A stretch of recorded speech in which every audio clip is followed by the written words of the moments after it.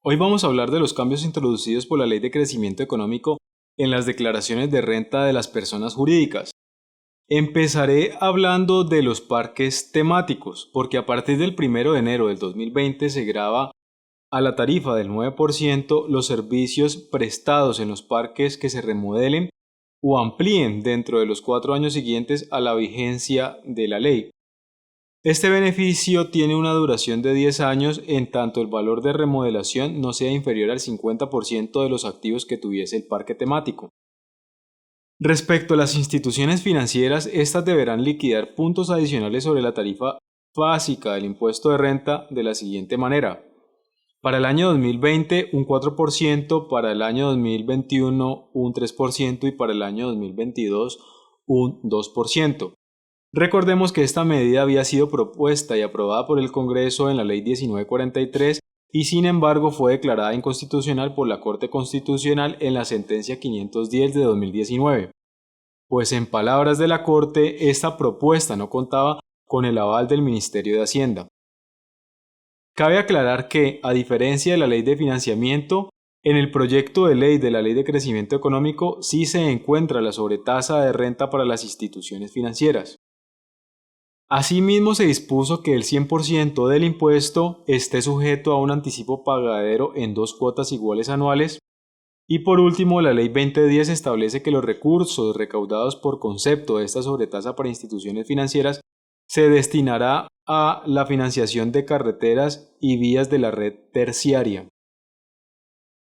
La Ley de Crecimiento Económico creó el artículo 108-5 del Estatuto Tributario, en donde se establece que los contribuyentes obligados a presentar declaración de renta y complementarios podrán tomar una deducción del 120% de los pagos realizados por concepto de salario respecto de empleados que sean contratados con posterioridad a la entrada en vigor de la ley, sean menores de 28 años, se trate de su primer empleo y el empleado o empleados sean nuevos, es decir, que el estímulo no aplica si se reemplaza a un empleado por uno más joven que cumpla con los demás requisitos.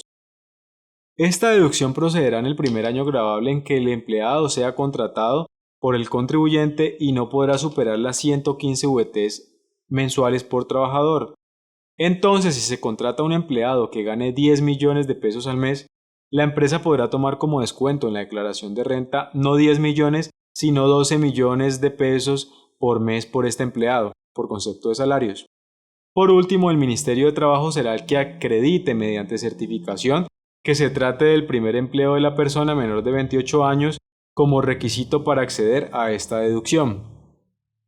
Rentas exentas. Referente a la renta exenta para el desarrollo del campo colombiano, se aclaró que la renta exenta por 10 años se cuenta a partir desde que el Ministerio de Agricultura y Desarrollo Rural emita la resolución de aprobación. Adicionalmente, se elimina el requisito de que la entidad tenga en su objeto social y sea administración efectiva en el municipio donde se realicen las inversiones. Además, se modifican los siguientes requisitos para acceder a este beneficio. Se amplió el catálogo de actividades que se debe tener como objeto social para acceder al beneficio, incluyendo algunas actividades contenidas en la sección A y C del Código SIU. Se extiende el plazo para iniciar actividades económicas hasta el 31 de diciembre del 2022.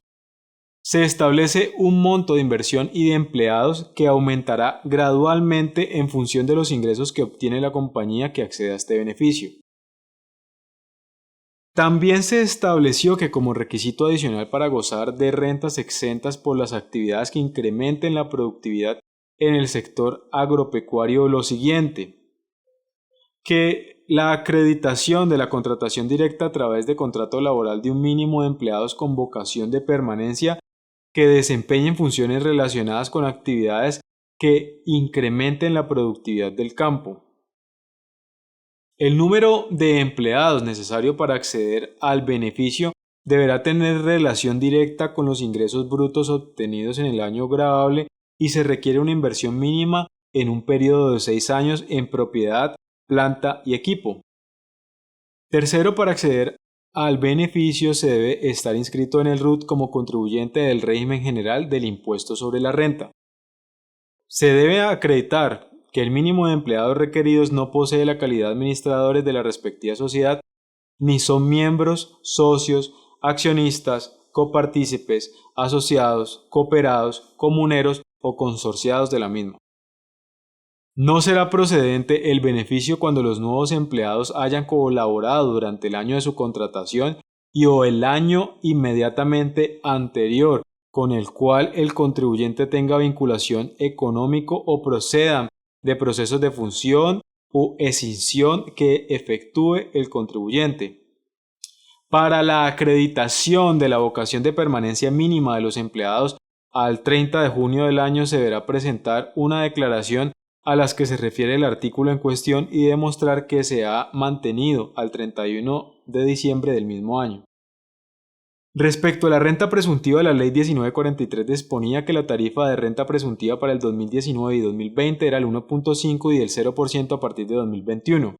La Ley de Crecimiento Económico establece que para el 2020 se reduce la tarifa de renta presuntiva al 0.5 y del 0% a partir del 2021. Respecto a las megainversiones, se adicionó como requisito para acceder al régimen de megainversión la creación de al menos 400 empleos directos que además deben estar relacionados con la inversión, y respecto a las megainversiones de los sectores de alto componente tecnológico o de tecnologías emergentes y exponenciales y los comercios electrónicos, el requisito corresponde a la creación de mínimo 250 empleos directos. Por otro lado, se aclaró que el periodo de 5 años en los que debe realizarse la inversión se cuenta a partir de la aprobación del proyecto de megainversión. Y por último, la ley dispuso de igual manera que puede existir megainversiones dentro de las zonas francas. Respecto a las obras por impuesto, los contribuyentes podrán acceder al régimen contenido en la Ley 1819 de 2016 y que bajo la Ley 1943 se había ampliado hasta julio del 2019. Ahora se amplía hasta marzo de 2020. Pérdidas y cuentas por cobrar de empresas de servicios públicos. Las empresas de servicios públicos que sean intervenidos por la Superintendencia de Servicios Públicos y formen nuevas sociedades con el objeto de dar continuidad a la prestación del servicio público podrán aportarles el derecho de compensar pérdidas fiscales que sean compensadas con sus rentas líquidas ordinarias sin limitación, si la limitación establecida en el artículo 147 del Estatuto Tributario. Asimismo, es posible transferir las cuentas por cobrar con los derechos a tomar las deducciones del artículo 145 y 146. Si estás interesado en el contenido de nuestro canal, no olvides suscribirte, pues en próximos días continuaremos emitiendo contenido sobre la nueva reforma tributaria.